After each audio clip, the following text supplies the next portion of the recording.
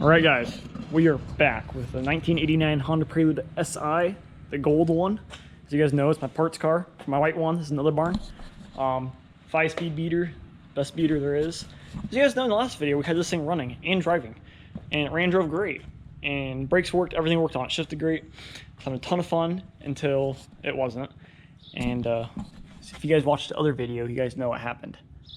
Yeah, that's fun. So we ended up bending a valve because somehow the timing slipped. I just didn't really explain in another video, but somehow the timing valve was a little loose, but I had the same, it was that loose on my red car until I found out that was happening. I tightened it and it was just a little bit loose in this car. And I don't know, either that valve got stuck and it hit it and it slipped and that cam stopped and slipped and it shot this rocker arm out, or it just slipped and I don't know. We don't know what happened. I'm not saying it's my fault, but it probably is. It might just be the stupid car's fault, because it tried starting at one time. Anyways, enough of a tangent there, but so anyways, yeah, the cylinder head has issues. It has no compression, only runs on 3 cylinders now. We already tested all that. So what we're going to do in this video is pull the head on it and try to do this as cheaply as we can, because it's just one bent valve so far that we know of. That's the only valve that doesn't work. We had another valve earlier on, but I was able to get it, I was able to hammer it back and forth, pry it up, and I got the valve working. It has good compression. So it's this valve right here. It's the intake valve on cylinder number 4. It is the back, the very back one, I guess you would say. I don't know, the one on the left hand side. Yeah, in this video we're gonna get right on it, and let's get going, guys.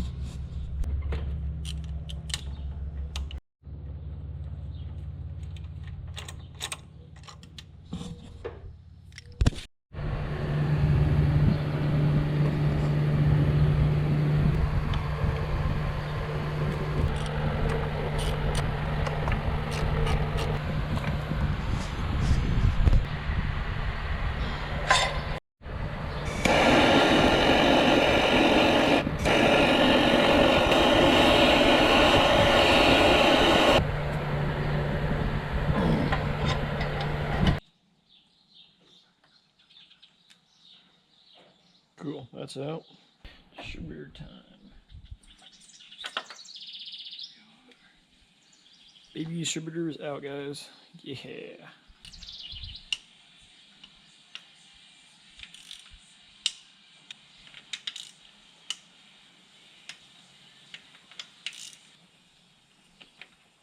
There we go.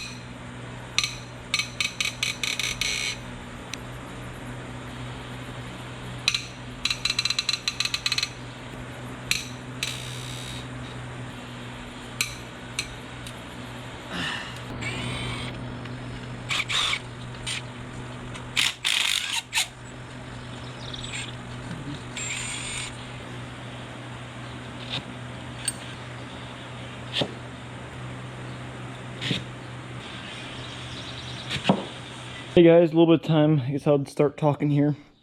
Just trying to do more doing and not as much talking, so the videos are a little shorter and they're not as boring for you guys. So I know how boring my videos were.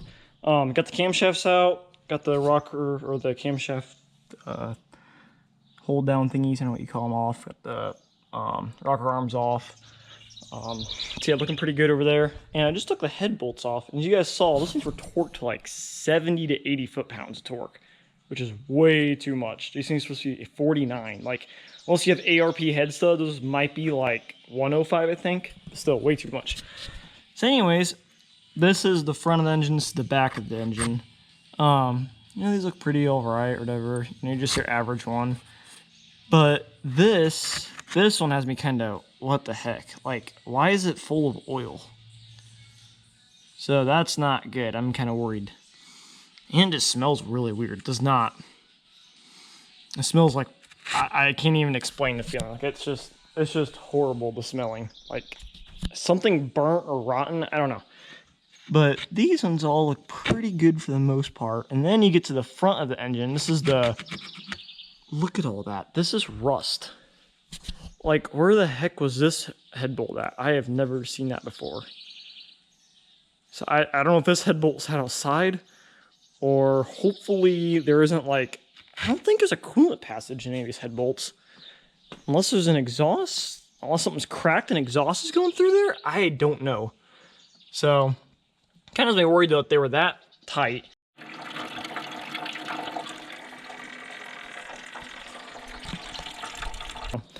So I'm about ready to take the head off. I'm leaving the intake on for a little bit simplicity, I guess. I think I got everything unplugged for the most part.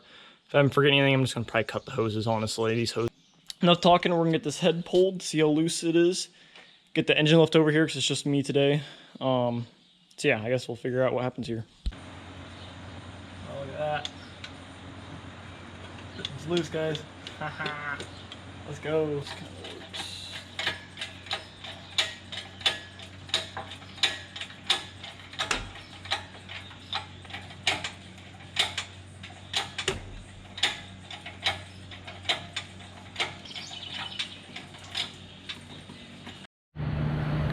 Attempt number like 6 because I found 2 bolts that were on the intake manifold with some brackets. That's where the stupid thing didn't want to go. And look at that. Wow, amazing when you actually unplug the thing here. Imagine when you unbolt when it needs to be unbolted. That is wild. You guys made a little more progress. Had to unplug a bunch of stuff, including the injector harness. I think that's the last set. Oh, the hood's coming with it.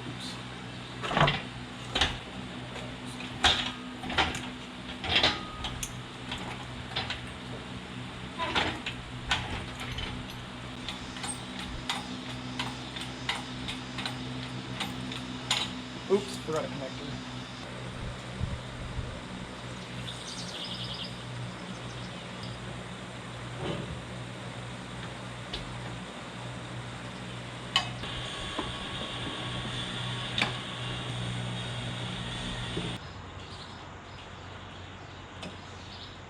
Fuel rail is off. Look at that. That housing is out. Here we are, guys. There's my bent valve. Dang, that sucks. Oh well. I didn't show you guys, but there is a mark on the piston where it hit. You can see it's a little bit more shiny than the rest. There's a little bit of rust in the wheels too, but it feels really smooth. I don't know what's going on with that. So, let me keep on tearing it down and get where we are.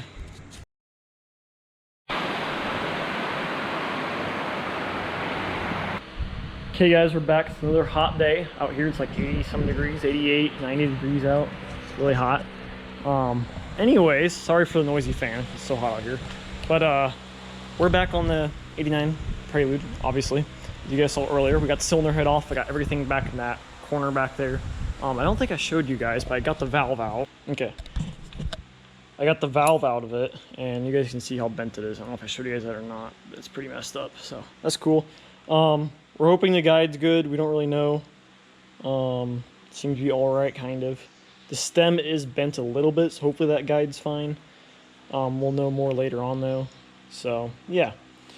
So yeah, just pile parts here. But anyways, we're gonna little change of plans here. Since you guys can see, there's like nothing left in the engine bay, obviously. It looks like so empty compared to what being having a cylinder head on, intake manifold, and exhaust manifold, all that good stuff. It looks so empty. I think I made the executive decision to pull the engine out of this car. It's just not worth it to me to put a valve in that car, head gasket, possibly new head bolts because those were over torqued, or at least go ARP studs, which is what I'll probably go with. It's just not worth doing all that work, doing intake gaskets, and of course, me being me, I'm going to lap all the valves, do that kind of stuff. It's just what I am, what I do. If I put the cylinder head back on this engine, I'm going to tear it back apart and go through the bottom and hone the cylinder walls, paint everything. So there's no point in me taking this apart twice and putting it back together twice and doing all this work. I mean, it'd be cool. It'd be cool to drive the car how it is. It's kind of sad because the car is all complete. I mean, it has a lot of parts. The brakes work. This and that, power steering works, everything works on it. Maybe even the air conditioning works. We forgot to test that, so we don't know. But that just kind of sucks, but realistically, this car is just a parts car. That's why I bought it. I did not buy it to save it. It has no title, all that good stuff. So, today we're going to start the process of taking the engine out. I've never done this before in a Prelude. I've done it on my Opals, never a Prelude. So I guess I'm going to start by pulling the axles, I think. That's the first thing I'm going to do, get that out of the way. And then just start bolting stuff, moving wires, getting disconnected, get the engine lift back out, and start hooking it up, disconnect motor mounts. So we'll see when we get there, but enough yapping. Yeah, maybe today we'll get this thing inked out. Kind of doubt it. You never know what we can do. Okay guys, let's see if this will work. I got an American socket on here. We'll see.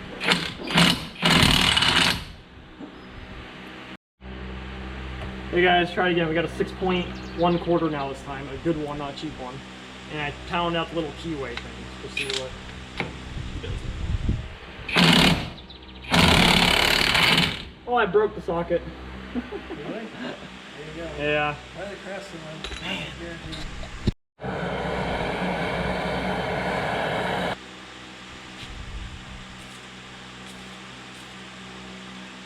If I got that hot or not.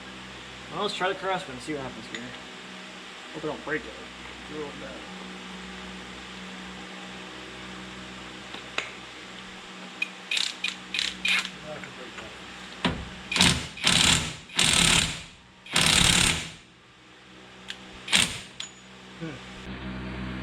Okay guys, I got the lower ball joint disconnected, tie rod disconnected, I got the brake hose off, and I got the CV, or the axle nut off finally, after breaking the socket.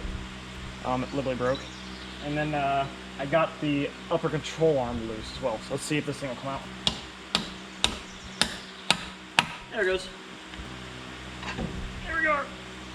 Oh, geez, kind of heavy. Yeah, victorious. Okay guys, see how well this axle nut comes loose. See if it's a fighter or what. Well, that was easy. Wow. I wish the other side was that nice. That was. Let's beat this tire rod out of here, guys. Pop. Easy peasy. Cool. Hey guys, knuckle number 2. There we go. Ooh. Not lightweight.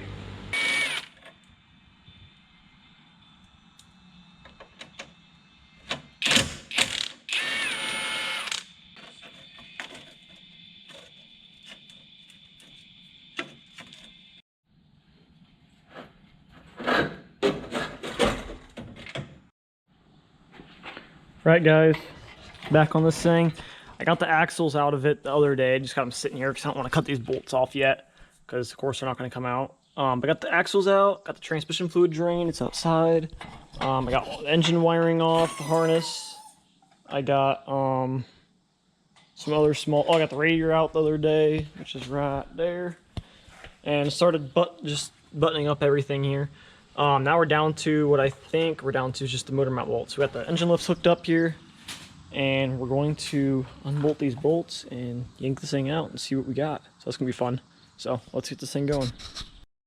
All right guys, let's see what happens. Should be all loose. Get the bracket out of here. out. Okay, now we should be done.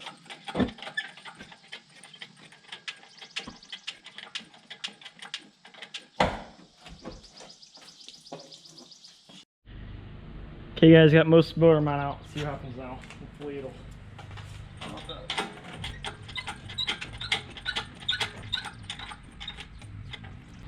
Now guys, do it again.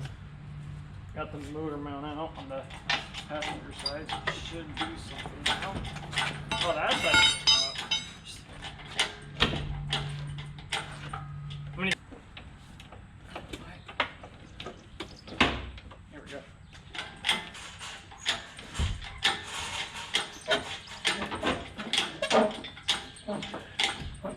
Yeah. We need the ratchet strap on that side there. Yeah. So it's pretty good. It's actually pretty level. Yeah, it's not too bad. It's quite interesting.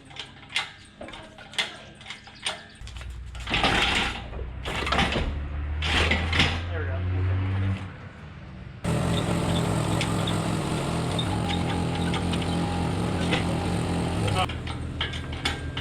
Okay. Right, you guys, the engine is out. So, as you guys saw there, it is out of there. It's on the stand now, so that's pretty awesome. Got this transmission split on it as well, and which is pretty cool, we got a brand new clutch in this sucker, or very new clutch. So that is pretty cool. It's probably why like there's like 3 bolts from the transmission to the engine are missing, and some in the engine mount are missing. That's probably why there's not many bolts, because they. Okay, we're back. Got the cylinder walls up. You guys can see that rust. Let me know in the comments below. It's like rusty, but you can't feel it. I don't see. There's not much of ridge either. I mean, there's a little bit of a wear at ridge, but it ain't bad at all. So I don't know what that's all about. I can't feel any of the rust. And you can see it was honed recently. You can see the honing marks there. So I don't know what that's all about. But yeah, it looks like it might have had a newer water pump at one point. I put a new oil filter on there, so that's my doing. So yeah, so I don't know. Don't know what to think yet. So yeah, but we're gonna tear this thing down, look at the main bearings, or probably not main bearings, look at the rod bearings. Maybe main bearings, we'll see how they look. See how they look. And then, yeah, I'm gonna start stripping this car apart. I'm gonna need a lot of parts off this car. I need the front subframe, entire brake system probably, clutch system. Most of the wiring, it's better on this car, I think. So yeah, hood. So we'll see when we get there. But yeah, we'll see you guys in the next video. Stay along as we start to tear this car apart and tear the engine down, see what we discover. And can't wait to make this thing look nice. Paint it, make it look really nice. And start working on the white car, getting it all refreshed, getting the rust interior out of it, and just making it look good. So